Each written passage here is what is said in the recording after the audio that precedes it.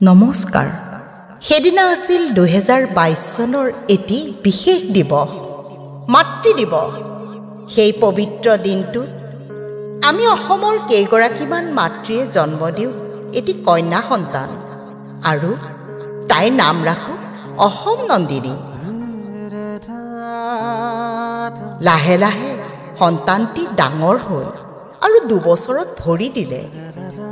যোৱা 2 বছৰত সামাজিক মাধ্যম ফেচবুকৰ জৰিয়তে অসম নন্দিনীয়ে প্ৰায় অৰ্ধশতাধিক বয়োজ্যেষ্ঠ আইতাসকলৰ বহুমুখী প্ৰতিভা, আদৰ্শ, জীৱনী আৰু ব্যক্তিত্বক নৱপ্ৰজন্মৰ সন্মুখত দাঙি ধৰিলে। আজি এই অভিজিত মুহূৰ্তত সেই অসম নন্দিনীৰ বাবে আমি মাতৃসকলৰ তৰফৰ পৰা অসম নন্দিনী শীৰ্ষক এটি কবিতা আগবঢ়ালোঁ। কবিতাটিৰ পৰিকল্পনা মুখ্য এডমিন বন্দনা দত্ত হাজৰিকা, ধেমাজি। কবি প্ৰণীতা শৰ্মা, সহ এডমিন, গুৱাহাটী। প্ৰযোজনা আৰু আবৃত্তিকাৰ বিউটি বেজবৰুৱা, সহ এডমিন, তেজপুৰৰ।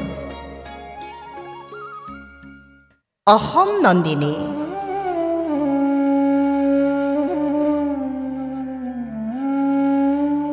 হে অসম নন্দিনী, সহস্ৰবাৰ প্ৰণামো তোমাক, প্ৰণামো তোমাক। অতীত অসমৰ গৌৰৱ গাথা তুমি বিদ্যমান। জয়মতী মূলা গাভৰু নে কনকলতাত, পদ্মাপ্ৰিয়া চন্দ্ৰপ্ৰভা নে নলিনীবালা, নিৰ্মল প্ৰভা নিৰুপমা নে সুদক্ষিণা। তুমিয়েই নেকি জ্ঞানপীঠ পোৱা মামণি?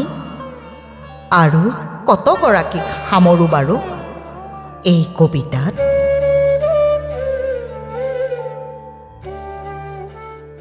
অসম নন্দিনী। পদ্মশ্ৰী চিলা তুমি, তোমাৰ কাপ আৰু শালীনতাৰে নিজক আৱৰি সমগ্ৰ অসম নন্দিনী আজি অগ্ৰগামী।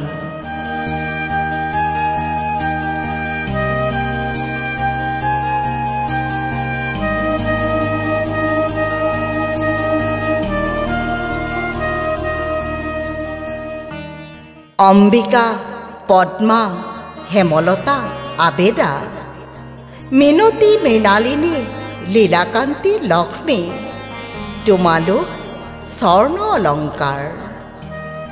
তুমি গুণদা, তুমি নীৰদা, চন্দ্ৰপ্ৰভা, তুমি ধনদা।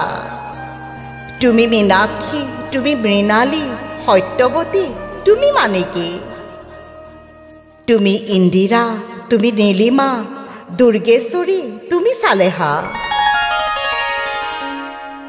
তুমি তুলসী, কমলা, নুমলী, ৰেণুকা, তৰামাই। তুমি সৰবালা, তুমি বীণা, তুমি বিভা, তুমি ফুলমাই। তুমি হেমি, তুমি পিলি, তুমি এই যমুনা আৰু সুভদ্ৰা। তুমি ননীপ্ৰভা, অন্নদা, সুনীতি, তুমি এই স্বৰ্ণলতা।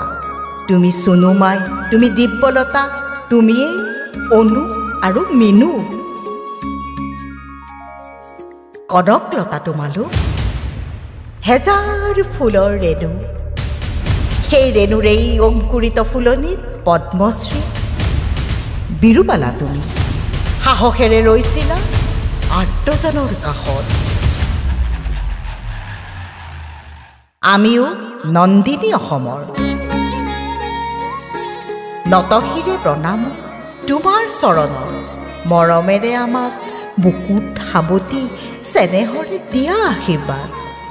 আগুৱাই যাব পাৰোঁ নেওচি নানান ঘাট প্ৰতিঘাট, নানান ঘাট প্ৰতিঘাট।